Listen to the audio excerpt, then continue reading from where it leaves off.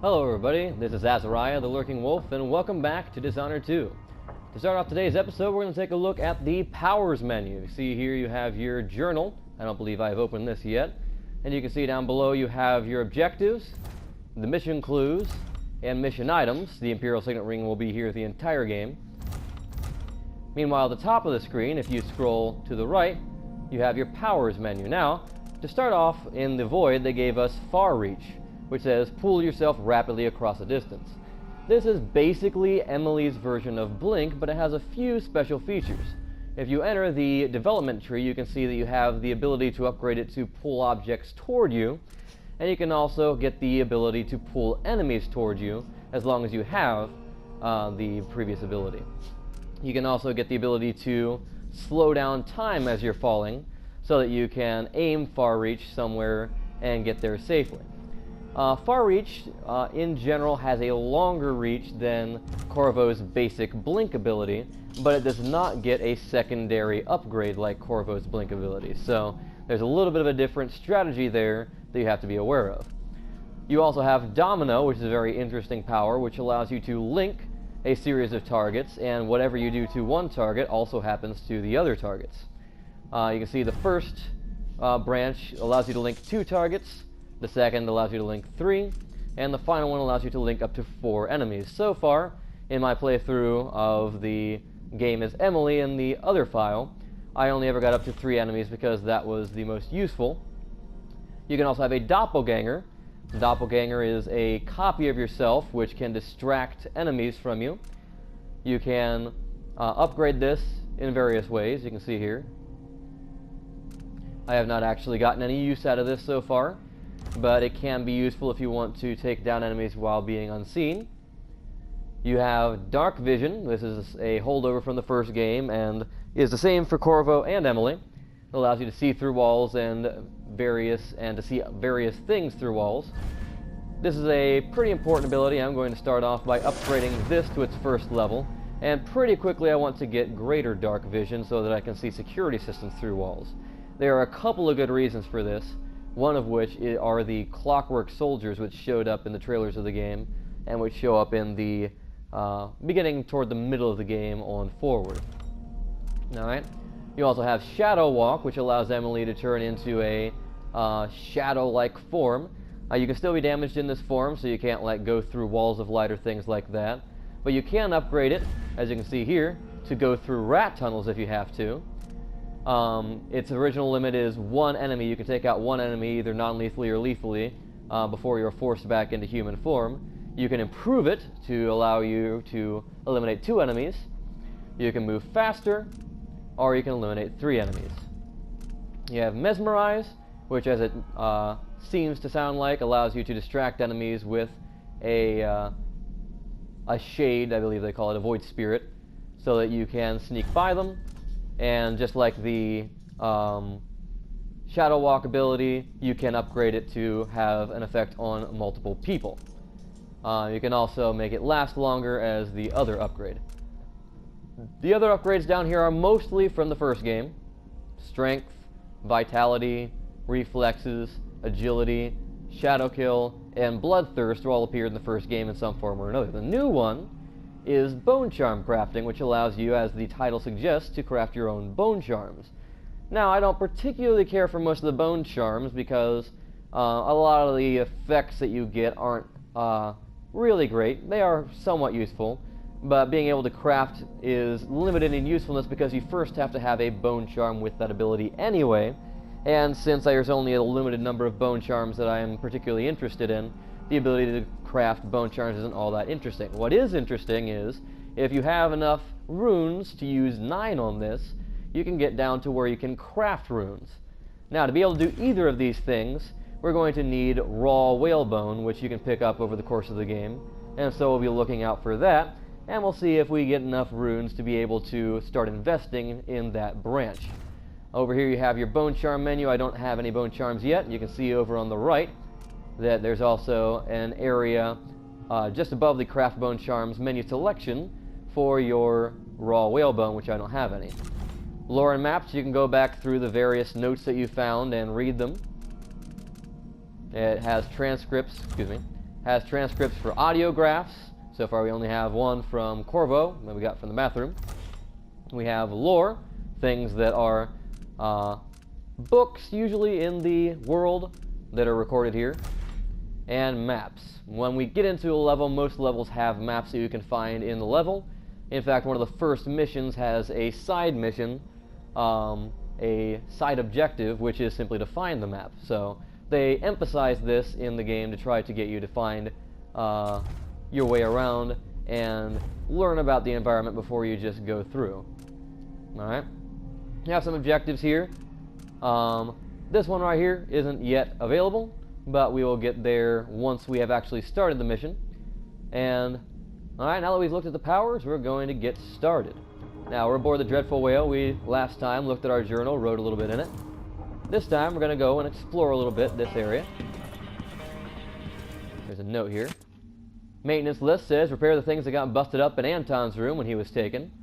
And it says no scratch that, not until I bring him back home, as a show of faith he will be coming back. Then it says unblock the storage door. That's the one that we need to be paying attention to, because if we look over here, this is the storage room door right here. And if you look at the door, it says it is blocked. Now we can look in here, we can see incendiary bolts sitting on this shelf. You can see an Addermeyer solution, that is this game's mana, and over here a book that we can pick up. Now you can also see that there is a hatch over here in this area that we can go through. So in order to unblock that door, we're going to go through that hatch. First off though, we're going to go meet up with Meghan. First off, let's take a look around here. Restroom, not exactly a whole lot going on there. Down here is basically the engine room. You can look around, see a few things. Here's a note about fixing the secondary engine. Going back and forth between Meghan and Anton. Hopefully we'll find Anton at some point during this playthrough. Have some crossbow bolts down here. Interesting that they'd have crossbow bolts aboard this ship. Indicates to me that Meghan is more than she appears. Even more so than that little snippet of dialogue that we caught with her saying that she was considering trying to get into the city on her own, which kind of indicates that she has some stealth training. If we're lucky, the hull... You're up. When you're ready to talk, I'll tell you what I know. Alright. Let's listen up. Alright. You've explained part of it. But what were you and Sokolov doing here? The old man loved Karnaca, but he'd caught wind of a conspiracy tied to the Crown Killer. He wanted to warn Corvo. There are reports about tensions rising, corruption, street violence. I didn't give it much mind. Usually the local authorities resolve that sort of thing. The new Duke has let things slide. But Sokolov concluded he might be the head of the conspiracy.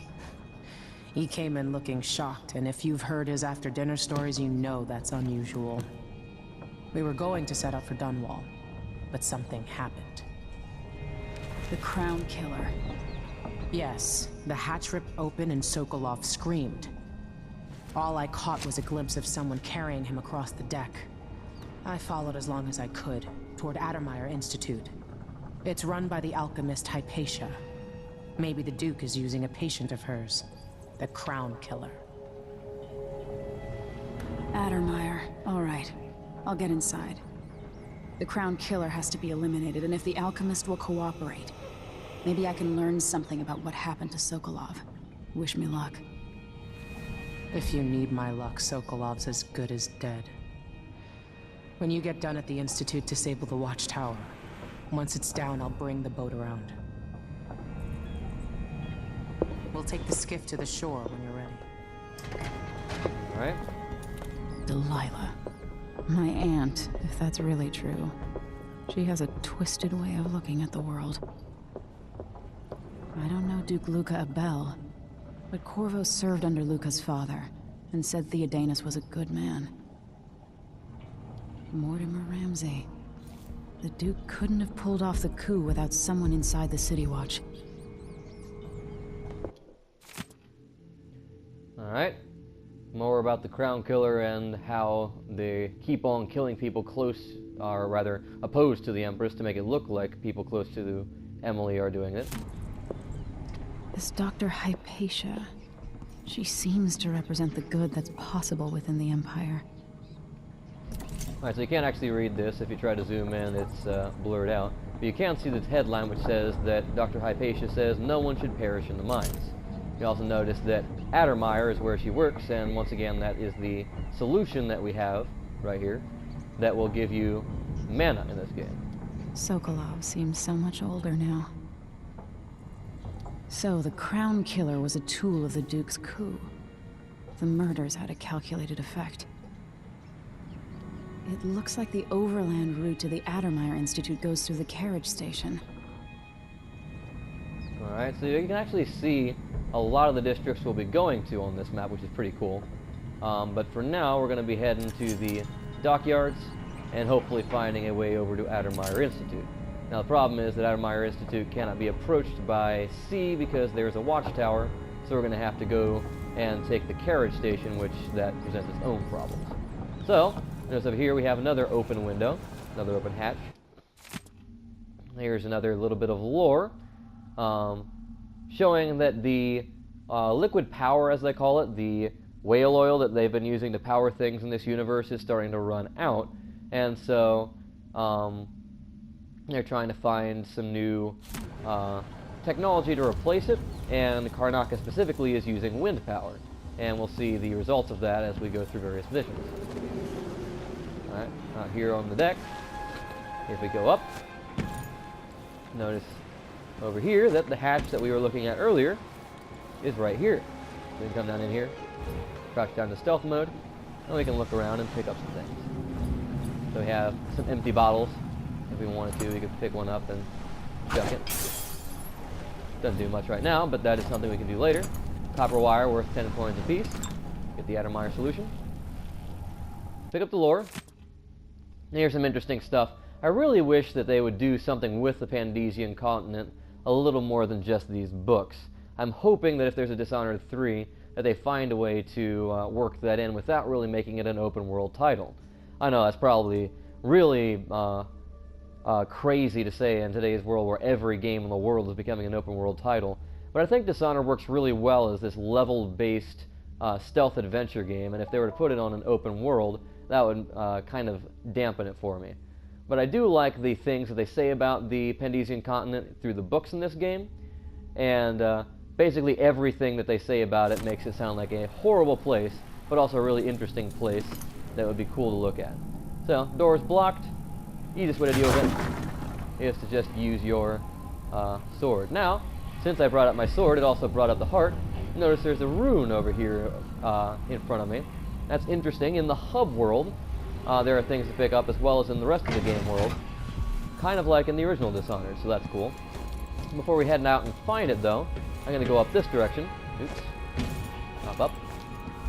And the reason we're going up here is because this is the way to Meghan's quarters, and between pretty much every mission, her quarters are home to some interesting stuff that you can find. Sometimes it's health stuff, sometimes it's Addermire solutions like that, sometimes it is an audio log, whatever it is, you can always find something interesting. Here, you have a whole bunch of accounting numbers which aren't particularly interesting to me, but one thing that is interesting is to note that she has incurred a lot of expenses and hasn't really been making money. Dunwall seems so far away. I'll come back soon, Father. I promise. Right. So here we have a map of the 4 major islands in the Empire of the Isles. Emily's from Bristol. Down here on the southern end of Bristol is Dunwall. That's where the entire first game takes place. Up here is Morley. Tivia is talked about a few times, usually in just side dialogue. And most people say that it is a very, very cold place, which is kind of to be expected considering it's all the way north. Notice down here is Serkonos, and Karnaca, where we are now, is the southernmost tip of the Isles, as Emily mentioned previously in one of her dialogue. Now over here, if you notice, our rune pointer is pointing down to this rune underwater. Now we got to be very careful because, kind of like in Dishonored, there are creatures down in here that will try to kill us. So we're going to have to make a break for it, and hopefully this goes well. Here we go.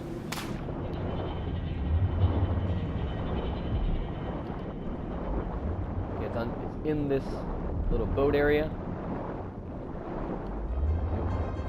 door. No, this is not good. Okay, I'm gonna go back to the surface here, hopefully get back on the ship before the creatures start attacking me. Alright. You can see that it's really murky underwater. That'll apply in pretty much everything from here on out. Alright, give this another shot. Let's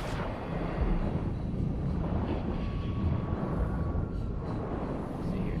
Okay. I think there's a little doorway here. Slide in here, grab the room. Alright, Alright, there are. Yeah, you see these fish coming for me already. Yeah, alright, I'm being attacked now, so thankfully there's some fruit we can pick up and eat, but I don't even think that's necessary right now, so we're just going to hop up here and move on with our lives. Alright, well, Megan's ready to go, and I think we are too, so let's head off to the continent and start our first mission. Ready for me to drop you at the docks? Let's go see the streets where my father grew up. Off we go then. It won't do to be recognized. And somehow just having that little bandana is going to help her not be recognized. Unlikely. Alright, mission 2, Edge of the World. Find Addermire Station and take a carriage to the Addermire Institute.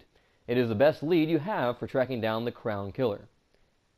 Alright, so we're going to have our first glimpse of Karnaca and see a few things about it that will help us, as well as the things that are going to hinder our progress.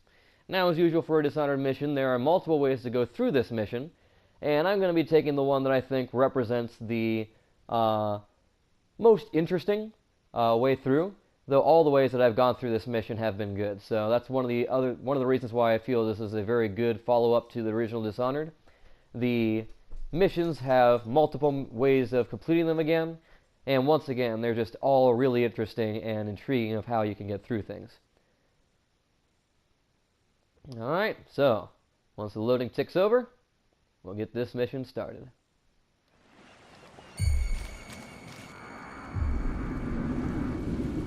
I'd take you to Addermire by boat, but security's too tight. The Grand Guard have a watchtower there. Go inland and use the carriage station. As you can see the carriage over there in the corner. You can also see that the Before frame his rate death, the old Duke of Serkonos is spent dipping pretty decades badly. building up Karnaca. After Duke Luca Abel took over, he started draining the wealth out of the city as fast as he could.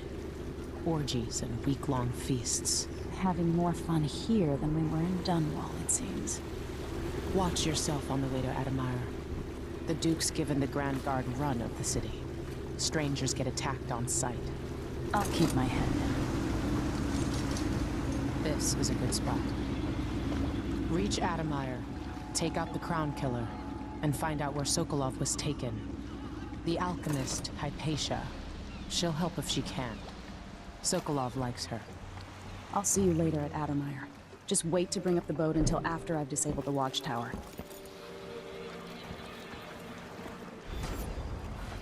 Alright, we are in neutral territory. We're going to be using this to our advantage to not have to move too stealthily. But we're going to have to wait on that until the next episode. Once again, thank you for joining me. And I hope that this is an enjoyable playthrough for all you guys. For now, I will see you in the next episode. Later.